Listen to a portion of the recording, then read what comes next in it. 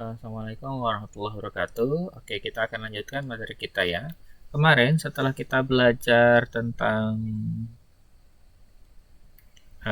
ini ya posisi. Nah, sekarang kita dengan titik, misalnya ini, ya ini titik ini berarti 2,6 ya. X-nya terlebih dahulu baru Y kita nulisnya. Nah, sekarang kita lihat itunya sudah tahu titik bagaimana menamai titiknya, gitu ya. Jadi X dulu baru Y ya, diingat dulu X dulu baru Y. Nah, sekarang perhatikan. Sekarang kita lihat posisi A terhadap sumbu Y. Nah, jarak antara titik A terhadap sumbu Y itu berarti jaraknya berapa nih? Berapa? Kelihatan ya, 2. Nah, gitu. Nah, jaraknya terhadap sumbu X, kita hitung aja nih tuh, 2, 3. Kelihatan ya, 6. Jadi, jaraknya ya. Ini kalau misalnya yang ini nih, titik min 5,6, jaraknya terhadap sumbu Y berapa? 1, 2, 3, 4. Berapa jaraknya? Kita hitung ya, 1, 2, 3, 4, 5 jaraknya. Terus terhadap sumbu X-nya, 1, 2, 3, 4, 5, ada 6. Jadi jaraknya terhadap sumbu Y itu 5, terhadap sumbu X itu 6. Nah, dia kalau jarak nggak boleh negatif ya, karena jarak itu harus selalu positif. Ingat baik-baik. Kalau misalnya contohnya ini, jaraknya titik H terhadap sumbu X 1, 2, 3, 4, 5, 6, ada 6 jaraknya. Kemudian terhadap sumbu X itu 1, 2, 3, 3. Nah, jaraknya 3 dan 6. Ingat ya, kalau jarak tidak boleh apa? Tidak boleh negatif. Kalau jarak itu selalu positif. Nah, sekarang kalian lihat dari contoh soal ini, yang contoh nomor 1 nih. Sebutkan titik-titik yang mempunyai jarak yang sama. Jarak yang sama dengan sumbu X. Nah, kita akan mencari titik-titik yang jaraknya sama terhadap sumbu X. Nah, sekarang ini terhadap sumbu Y, jaraknya berapa nih? Jaraknya kelihatan ya. Kalau dia Y berarti X-nya 6. Ini kalau X-nya berarti Y-nya 6. Kelihatan ya. Tapi nggak boleh negatif. Harus positif. Ini contohnya nih. Ini kan terhadap sumbu X berapa nih? 3 ya. 1, 2, 3. Terhadap sumbu Y. Ini kan sumbu Y. Ini sumbu X. Jangan terhadap sumbu Y. Kita cek lagi. Kalau yang lainnya. Ini jaraknya berapa nih? 3 ya. Yang ini 4.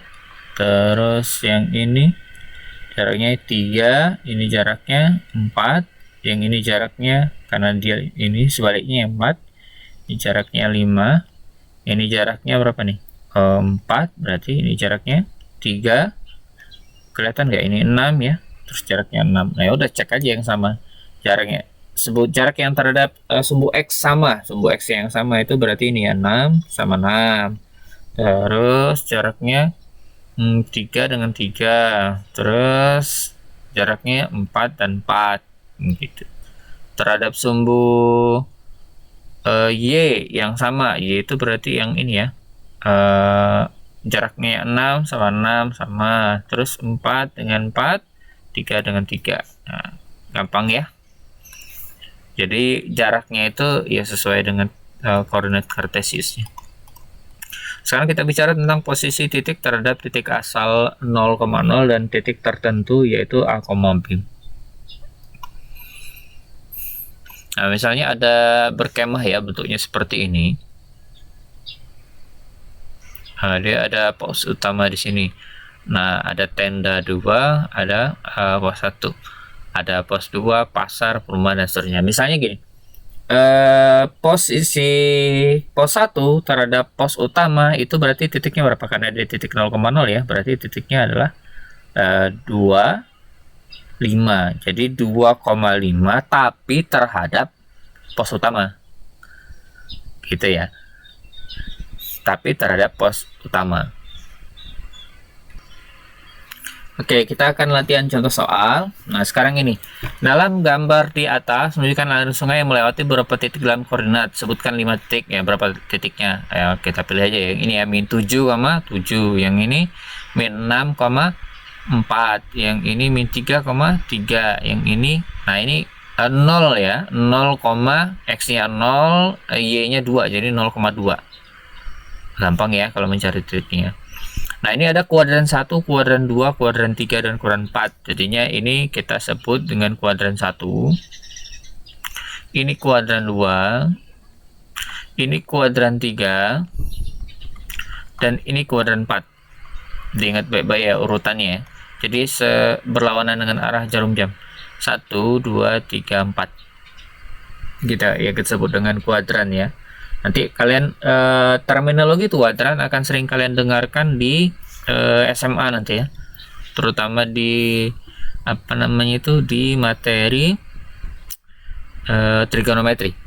Jadi ada nanti istilah kuadran 1, kuadran 2, kuadran 3, dan kuadran 4. Selanjutnya kita akan bicara tentang memahami posisi garis terhadap sumbu X dan sumbu Y. Nah, ada beberapa posisi ya, posisi garis terhadap sumbu X dan terhadap sumbu X.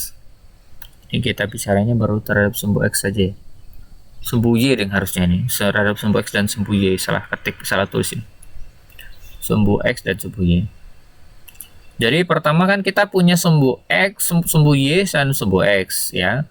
Nah, itu ada beberapa posisi. Yang pertama, misalnya ada garis nih ya, kita sebut saja garis seperti ini. Nah, garis ini sejajar dengan sumbu X. Tapi karena dia sejajar sama sumbu X, dia tegak lurus dengan sumbu Y.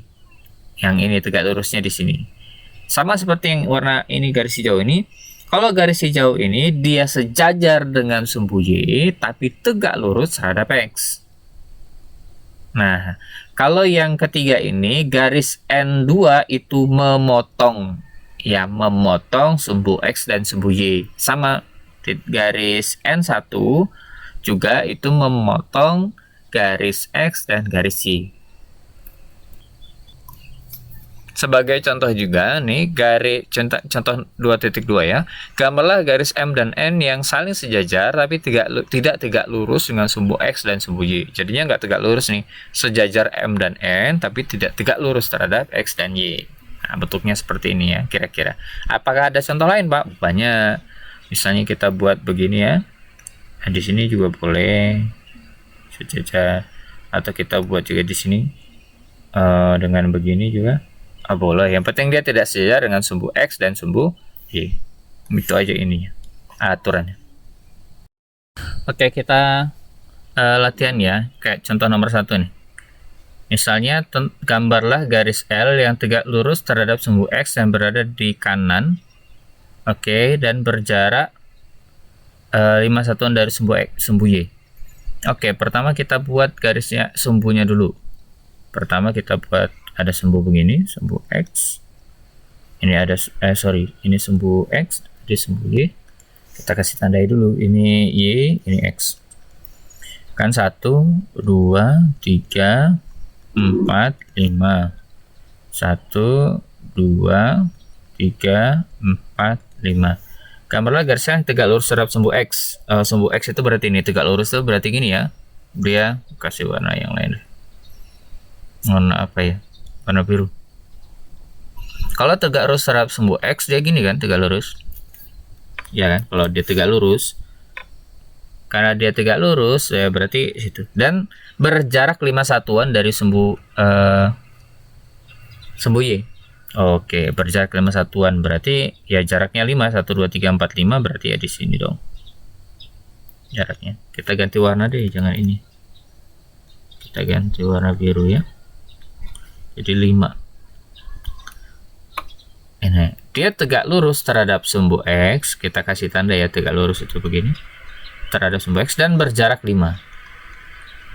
Apakah ini satu-satunya, Pak? Enggak, ada satu lagi yaitu di sebelah kirinya. Ini kan min 1, min 2, min 3, min 4, min 5. Karena dia tegak lurus berarti kan terhadap sumbu apa X, ada satu lagi nih. Jadi ada dua garis. Sebutlah yang garis pertama ini K, ini L. Jadi ada dua garis ya. Oke. Tapi kata dia, tapi hanya berada di kanan ya, hanya yang berada di sebelah kanan, berarti yang kita pakai cuma garis K. Ingat ya, cuma ada dua garis. Cuman karena dia yang diminta di sebelah kanan, berarti yang sebelah sini yang diminta, bukan yang sebelah sini. Kalau ditanya dua-duanya, berarti dua-duanya ya. Oke, itu saja. Assalamualaikum warahmatullahi wabarakatuh.